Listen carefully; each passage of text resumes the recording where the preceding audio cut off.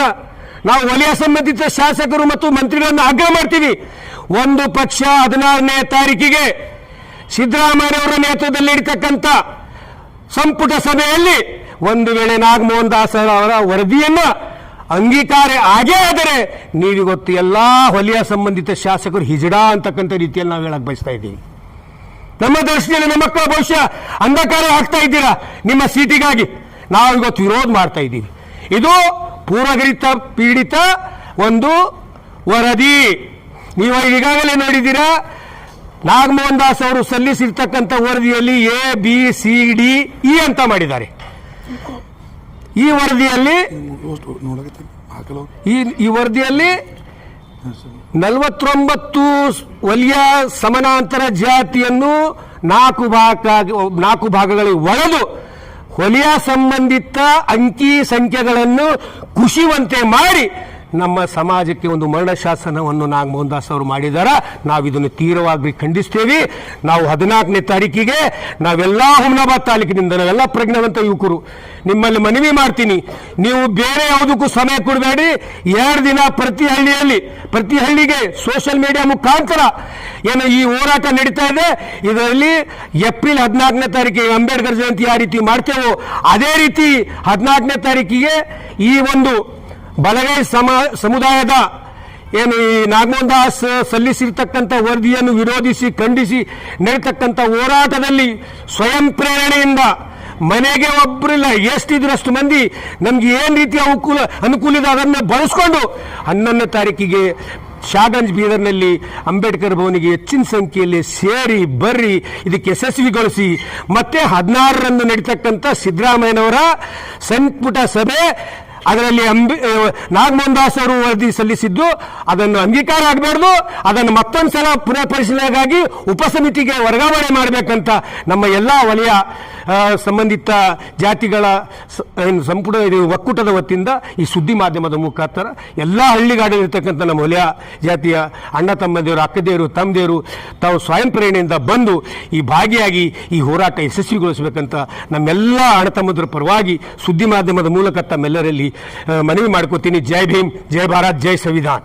ನ್ಯಾಯಮೂರ್ತಿ ನಾಗಮೋಹನ್ ದಾಸ್ ಏಕಸದಸ್ಯ ಪೀಠದ ಮುಖಂಡರಾಗಿದ್ದಂಥ ನಾಗಮೋಹನ್ ದಾಸ್ ಅವರು ಮೊನ್ನೆ 4ನೇ ತಾರೀಕಿಗೆ ವರದಿ ಸರ್ಕಾರಕ್ಕೆ ಸಲ್ಲಿಸಿದ್ದಾರೆ.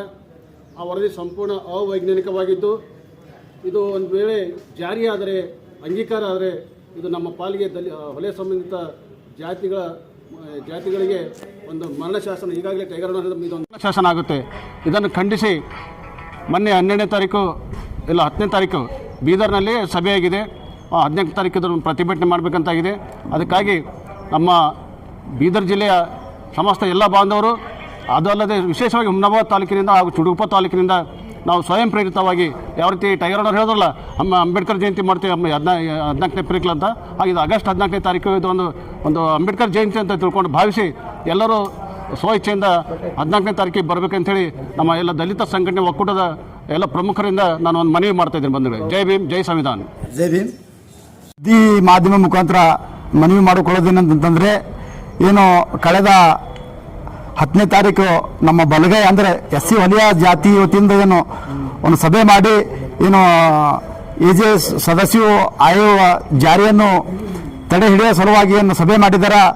ಈ ಸಭೆಯ ಪೂರ್ವ ಸಿದ್ಧತೆಯನ್ನು ನಾವು ಕೂಡ ಇಲ್ಲಿ ಹುಮ್ನಾಬಾದ್ ತಾಲೂಕಿನಲ್ಲಿ ಹುಮ್ನಾಬಾದ್ ಪ್ರವಾಸಿ ಮಂದಿರದಲ್ಲಿ ಎಲ್ಲ ಸಂಘಟನೆ ಎಲ್ಲ ನಮ್ಮ ಸಮಾಜನ ಮುಖಂಡರುಗಳನ್ನು ಸಭೆ ಸೇರಿ ಏನು 14ನೇ ತಾರೀಕು ಏನು ಬೀದರ್ ಪಟ್ಟಣದಲ್ಲಿ ಏನು ಬೃಹತ್ ಪ್ರತಿಭಟನೆ ಈ ಆಯೋಗದ ವಿರುದ್ಧವಾಗಿ ಪ್ರತಿಭಟನೆ ರ್ಯಾಲಿಯನ್ನು ಹಮ್ಮಿಕೊಂಡಿದ್ದಾರೆ. ಈ ರ್ಯಾಲಿಯಲ್ಲಿ ಹುಮ್ನಾಬಾದ್ ತಾಲೂಕು ಇರ್ಬೋದು, ಚುಡುಗುಪ್ಪ ಇರ್ಬೋದು, ಅತಿ ಹೆಚ್ಚಿನ ಸಂಖ್ಯೆಯಲ್ಲಿ ಆಲ್ರೆಡಿ ನಮ್ಮ ಹಿರಿಯರು ಆಲ್ರೆಡಿ ಬಾಬುವಣ್ಣ ಅಣ್ಣರು ಇರ್ಬೋದು, ಗಜೇಂದ್ರ ಇರ್ಬೋದು, ಮಾಳಿಗೆಯವರು ಇರ್ಬೋದು, ಸವಿಸ್ತರವಾಗಿ ಹೇಳಿದ್ರೆ ನಾನು ಹೆಚ್ಚಿಗೆ ಹೇಳೋಕೆ ಹೋಗಲ್ಲ. ಅತಿ ಹೆಚ್ಚಿನ ಸಂಖ್ಯೆಯಲ್ಲಿ, ಯಾಕಂದ್ರೆ ಇವತ್ತು ನಮ್ಮ ಉಳಿವಿನ ಪ್ರಶ್ನೆ ಇದೆ. ಇವತ್ತು ನಮ್ದು ಮುಗಿದಂತಿಲ್ಲ. ಇವತ್ತು ನಮ್ಮ ಪೀಳಿಗೆಗಳು ಇವತ್ತು ವಿದ್ಯಾಭ್ಯಾಸ ಇರ್ಬೋದು, ಉದ್ಯೋಗ ಇರ್ಬೋದು, ಮತ್ತೊಂದು ಯಾವುದೇ ಒಂದು ಇದು ಸೌಲಭ್ಯ ಇರ್ಬೋದು, ಇವತ್ತು ವಂಚಿತ ಆಗ್ತಕ್ಕಂಥ ಸಂದರ್ಭ ಇವತ್ತು ಸನ್ನಿಹಿತ ಬರ್ಲತ್ತದ. ಅದು ಇವತ್ತು ನಾವು ತಡೆ ಹಿಡಬೇಕಪ್ಪ ಅಂತಂದ್ರೆ ಇವತ್ತು ನಮಗೆ ಅನಿವಾರ್ಯ ಅದ ಹೋರಾಟ ಮಾಡೋದು. ಇವತ್ತು ಹೋರಾಟ ಇವತ್ತೇನು 14ನೇ ತಾರೀಕಿನಿಂದ ಏನು ಹೋರಾಟ ಚಾಲು ಆಗ್ಯದ, ಈ ಹೋರಾಟ ಆ ಸದಸ್ಯ ಆಯೋಗ ರದ್ದು ಮಾಡತ್ತನ ಹೋರಾಟ ಇದು ಕಂಟಿನ್ಯೂ ಜಾರಿ. ನಾಗಮೋಹನ್ ದಾಸ್ ವರದಿಯನ್ನು ಕೊಟ್ಟಿದ್ರ ಅದು ರದ್ದು ಮಾಡತ್ತ ತನಕ ಹೋರಾಟದ ಕಂಟ್ರಿ ಜಾರಿ ಇರ್ತಂತ ನಾನು ಈ ಹೇಳ್ತಾ ಈ ರ್ಯಾಲಿಗೆ ಅತಿ ಹೆಚ್ಚಿನ ಸಂಖ್ಯೆಯಲ್ಲಿ ಬಂದು ಅದೇ ರೀತಿ ನಾನೇನು ಕರ್ನಾಟಕ ದಲಿತ ಸಂಘರ್ಷ ಸಮಿತಿ ಲಕ್ಷ್ಮೀ ನಾಗವರ್ ಬಣ್ಣ ತಾಲೂಕಾ ಸಂಚಾಲಕಾಗಿ ನಾನು ಮನವಿ ಮಾಡ್ಕೊಳ್ಳೋದ್ರಿಂದ ಎಲ್ಲ ನಮ್ಮ ಕಾರ್ಯಕರ್ತರು ಇರ್ಬೋದು, ದಲಿತ ಬಾಂಧವರು ಇರ್ಬೋದು, ಎಲ್ಲ ಅದು ವಿಶೇಷವಾಗಿ ನಮ್ಮ ಹೊಲೆಯ ಸಮಾಜ ಹೆಣ್ಣು ಗಂಡು ಅಲ್ಲದೇ ತಮ್ಮ ಸ್ವಯಂ ಪ್ರೇರಿತವಾಗಿ ತಮ್ಮ ಜೋಳಿಗೆಯಲ್ಲಿ ರೊಟ್ಟಿ ಕಟ್ಕೊಂಡು ಯಾರು ಕೂಡ ಇದನ್ನ ಅವ್ರದ್ದು ಮಾಡ್ತಾರೆ ಇವ್ರು ಮಾಡ್ತಾರೆ ಅಂತ ಭಾವಿಸಲ್ದೇನೆ ತಮ್ಮ ಜೋಳಿಗೆಯಲ್ಲಿ ರೊಟ್ಟಿ ಕಟ್ಕೊಂಡು ಆ ಸಭೆಯಲ್ಲಿ ಬಂದು ಆ ಹೋಟೆಲ್ ಭಾಗಿಯಾಗಿ ಅದು ರದ್ದು ಮಾಡ್ಲಿಕ್ಕೆ ಒಂದು ಅವಕಾಶ ಮಾಡಿಕೊಡ್ತೀರ ಅಂತ ಕೇಳ್ಕೊತಾ ನನಗೆ ಯುವ ಕ್ರಾಂತಿ ಸಂಘಟನೆ 13ನೇ ಸಂಸ್ಥಾಪನಾ ದಿನ ಇದೇ ಆಗಸ್ಟ್ 16ನೇ ಶನಿವಾರದಂದು ಬಸವ ಕಲ್ಯಾಣದ ಮಾತೆ ಮಹಾದೇವಿ ಫಂಕ್ಷನ್ ಹಾಲ್ನಲ್ಲಿ ನಡೆಯಲಿದ್ದು ಸಹಸ್ರಾರು ಸಂಖ್ಯೆಯಲ್ಲಿ ಭಾಗವಹಿಸಲು ಸಂಸ್ಥಾಪಕ ರಾಜ್ಯಾಧ್ಯಕ್ಷ ಗುಂಡೂರೆಡ್ಡಿ ವಿನಂತಿಸಿದ್ದಾರೆ. ರಾಜ್ಯದ ಯಾವುದೇ ತಾಲೂಕು ಜಿಲ್ಲೆಯಿಂದ ಸಂಘಟನೆ ಸೇರಾ ವಹಿಸುವವರು ಇಲ್ಲಿ ಸಂಪರ್ಕಿಸಿ 9972767143.